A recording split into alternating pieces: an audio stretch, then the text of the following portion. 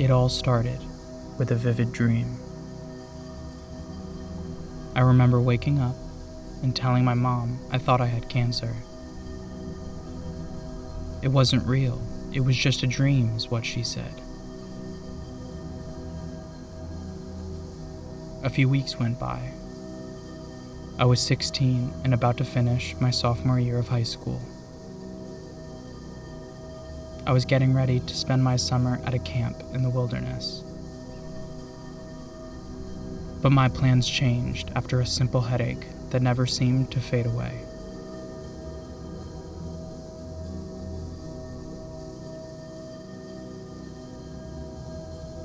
One of the first things that I remember was you had to send a photo into camp, and I couldn't get you to smile. And you finally gave me this fake smile and told me you just had a terrible headache. And then there was this whole stretch of you complaining of headaches, taking you to the emergency room when it got really severe and you had a migraine, and they gave you what they called a migraine cocktail and sent you home. There was dinner one night and you said, no, I can't really eat because part of my chin is numb. What? That doesn't sound right. And he said, yeah, it feels really kind of weird. I took you to the doctor and to the dentist, and the dentist saw that you had 4 impacted wisdom teeth.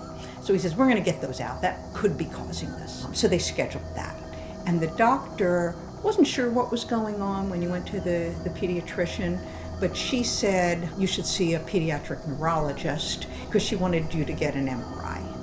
So I scheduled that. In the meantime, you got all the wisdom teeth out, and you were recovering, but you still didn't get better. The numb chin didn't get away, the headaches were still, it didn't resolve anything. Yeah. And then you went to your dad's, and I had to go to New York on a business trip, and that's when kind of all hell broke loose.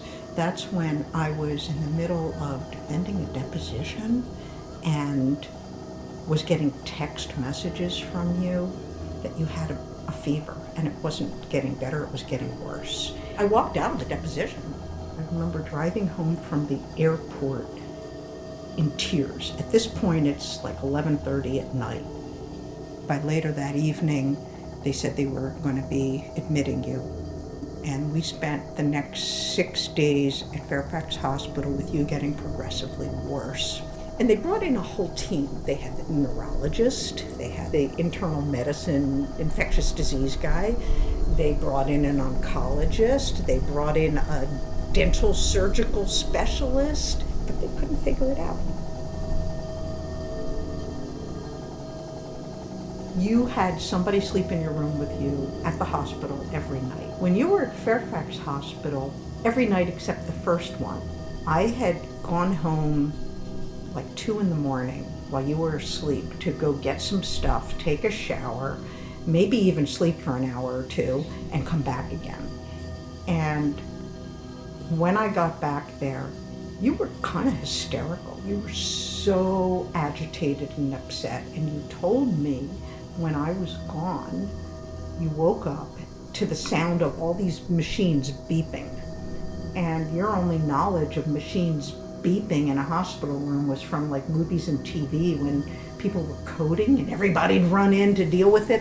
You assumed you were either dying or dead, and you were petrified. And you hugged me in tears, and I told you I wouldn't leave you like that again, never, and I was so sorry, and I didn't. The one thing that the doctors couldn't explain was the numb chin. And so I did some research. I typed in numb chin symptom, and it kind of auto-corrected to numb chin syndrome. So of course I clicked on it, and what it basically said was, if it's found not to be due to dental causes, the most likely culprit is Burkitt's leukemia or lymphoma. And so I clicked on that, and sure enough, all of the blood results lined up. Knew it in my heart, you have cancer. By that point, the oncologist had dismissed you from her care. I wanted you to go to a hospital that would specialize in taking care of a pediatric cancer patient. And if it turned out you didn't have cancer, I still wanted to get the heck out of Fairfax Hospital because I felt they had been given almost a week now and you were worse by far than the day you arrived. I wanted to transfer you to the Bloomberg Children's Center at Hopkins. So then I rode in the ambulance. You're in the back, I'm in the front. Pitch dark out. I think it might have even been raining, and we're just riding up to Baltimore, and I'm in tears the whole way. It was one of the most emotional times of my life. In the morning, the oncology team came in. They called your father and me into a conference room. Dr. Freeman, Alan Freeman, was in charge. He was sort of the head of the table person to tell us officially that it was Burkitt's leukemia. They also explained how rare it is. And the fact that it was leukemia, I learned eventually meant that it, not only that it was in the bone marrow, but that it was equivalent to stage 4 cancer, like the highest level, the worst. The only thing that could have been worse was if it had also spread into the spinal cord and into your brain. And it had not, thank God. But they had the treatment all figured out, and they started like right away. They told us this cancer doubles in size like every day.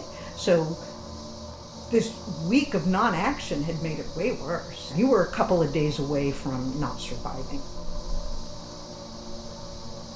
And then they came in and told you. Was I in the room? I think I was. Yeah, but you quickly left. You started crying. I was crying, and so that's why I stepped out. And I know that you had to deal with it on your own. Every night at Hopkins, I slept in your room. But I needed a break now and then, and you were so happy to be able to be with your siblings instead, so it was great. They would come and be with you on a regular basis, which was amazing because it brought us all together so much. I remember one of the hardest things was just calling them and telling them what was going on, both first when you were at Fairfax and Noah came rushing down there as quickly as he could get away. At that point, Derek was living in Tucson and Juliet was in Santa Barbara. I was in college and we were moving out because it was about to be summer, and I got a phone call from Noah, and I went outside because he was saying he was important. I remember standing on my balcony and just falling to the ground. I remember being up in New York, and this was the night that you ran a 104-degree fever. And at one point, Mom called me. She just told me you were kind of in this critical state. And I collapsed on the floor in kind of a corner, and I'm just in tears. I left, and I remember walking to Grand Central Station, still in tears, subway all the way home, and I was just like, okay, I'll come, I'm coming. The day you were diagnosed, I remember very clearly. I was like, we should watch something funny. We were like, yeah, something funny. And so we watched Major Pain. At one point during it, Dr. Freeman asked Mom and Dad to step outside. I remember thinking, Mom's face when she walks back in is gonna say it all. And then immediately, when they walked in, it was obvious.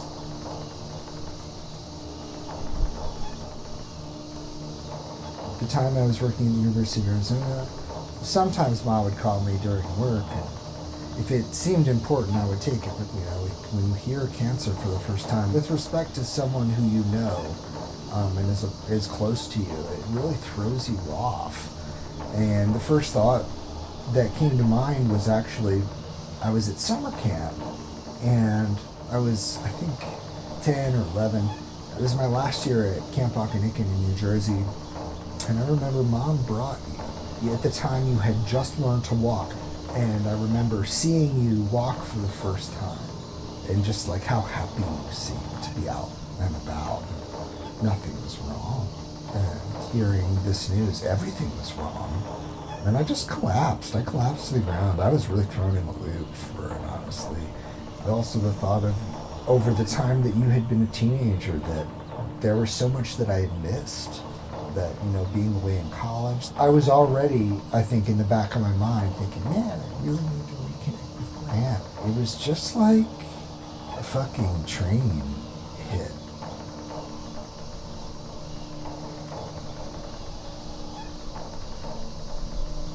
What memories from that year stand out to you?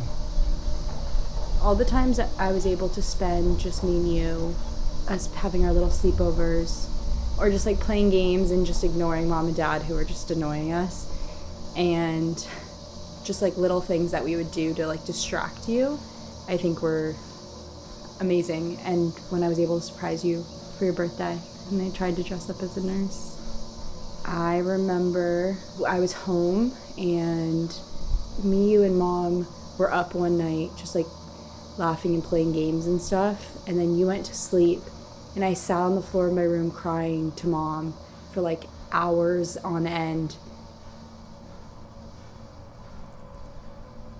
The day after you were diagnosed, Dad's number one concern was your sperm.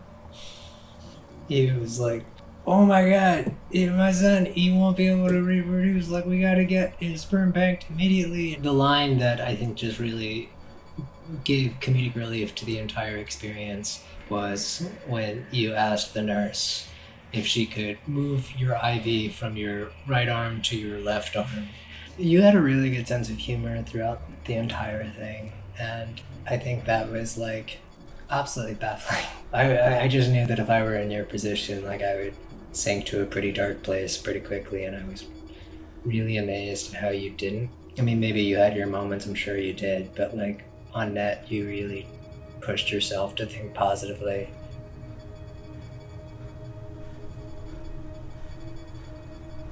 One of the best parts was that at home, I could hang out with you while you played video games and watch movies and stuff together. There was being with family. It was the first time I had seen all of them in one room for the purpose of something really terrible that was happening. You know, it's such a jarring thing to see your family in that light. You don't normally see them in. And so it immediately is like a slap of reality the moment you walk into that.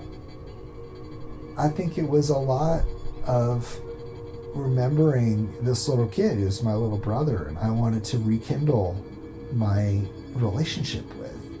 I think I always felt a strong connection to you. I was always kind of like, oh, he's my little brother.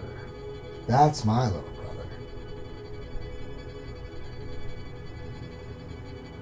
You wanted everything so cold. It was like 60 degrees in there, and it was pitch dark. I had to take like blankets and roll them up between the shades and the windowsill because a sliver of light would come in. So bright. You couldn't stand it. And gradually you started improving. I mean, it was hard because there were ups and downs. Like your hair started to come back and then it fell out again. I'd get calls really upset from your siblings. They were so worried and upset. And they all just wanted to be with you and see you get better. And it just was so beautiful seeing the way we all grew closer. Unlike the rest of my family, my dad saw things differently. I was very controlling. I was giving instructions to the oncologist, telling him what to do. You had problems not only with the cancer, the chemotherapy had produced some neurological problems. Your feet, you were having problems walking. Your immune system was basically wiped out and reset. Your siblings came. You would watch TV. You would go do the Wednesday thing where they'd have the raffle. I have one of the animals you won. Shark. How'd it make you feel? I felt that we needed a PET scan and they were screwing around. No. Emotions. How did you feel? Not what you wanted. I don't have emotions like that. Were you worried? No. Were you scared? No. Were you sad? No. It's not the way I operate. I had a job to do. I had to keep my head together. I would basically stand guard over you and make sure they didn't muck things up.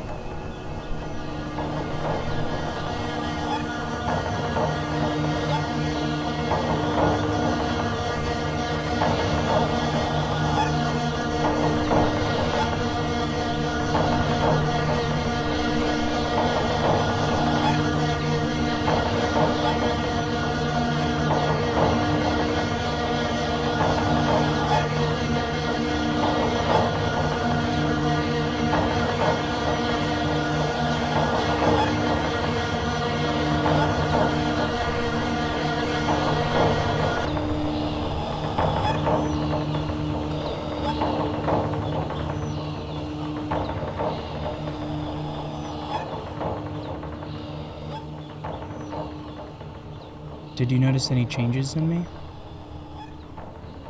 I think just seeing you mature so much and learn so much about yourself while you were also going through so much, seeing you recognize who was important in your life and you finding your love for art, I think was so special. I mean, it definitely brought us closer together as a family. And I think it very much changed the way that we all thought of you. I think we thought of you as the baby, the family, until this moment when it was pretty clear that you were exceeding everyone's maturity in every way.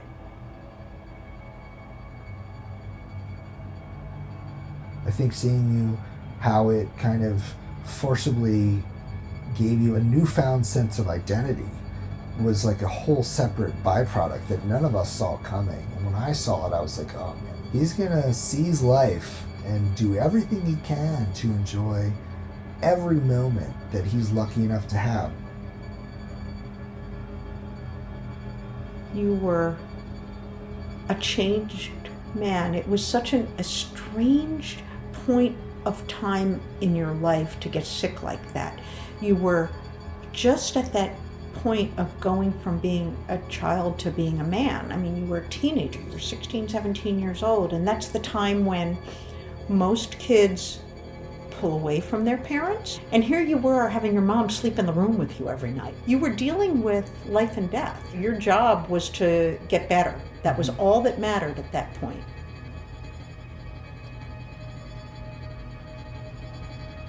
How do you think my illness changed you? It changed me. I behave the same way for everything. It's the way I cope. How it changed me, I was studying for the MCAT and I was like, I don't want to be a doctor. But I had so much respect for everyone who did take care of you, but it just made me realize that's not what I wanted, and there was so much more to life that I wanted. And so I'm happy I just saw how precious life was. I think it just showed our family how much it was important, and it brought us all so close, which I think was so special. You being sick was in many ways like one of my first big moments of like, oh shit, somebody I care a lot about is in a lot of pain. And now you see a lot of people in pain for various reasons, and you just kind of grow up and you get to see more people have issues like that, and suddenly you can kind of appreciate a little bit more. I think it's made me braver in confronting my own health battles. Gratitude is an important word for the feelings that I had, that I at least showed up and that I at least got this chance to be with you regardless of what the future held.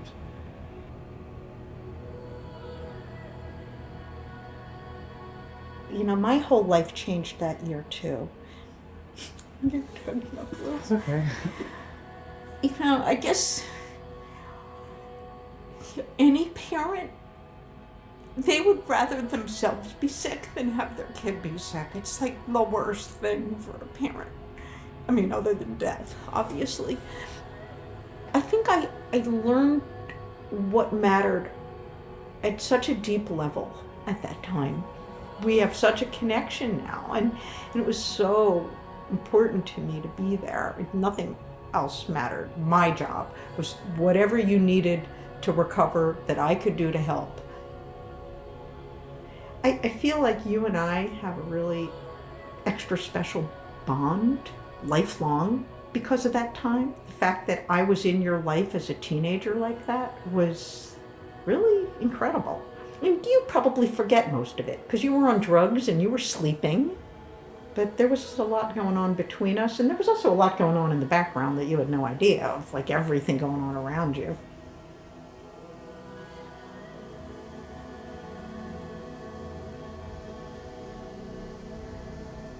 It's now been 6 years since that last dose of chemo touched my veins. I remember what I endured. The never-ending darkness, the numbness in my fingertips, the constant sound of beeping, the potent smell of bleach, the taste of saline dripping down my throat, the fear that my life could soon be over. But my mom was right. There was so much I didn't remember or didn't know about. I think I just wasn't ready to be brought back to that point in my life. That is, not until recently, after I finally talked to my family and realized that everything forgotten or unsaid wasn't lost forever. And now I better understand not just my experience, but my family's too. That all our lives were altered. Not just mine.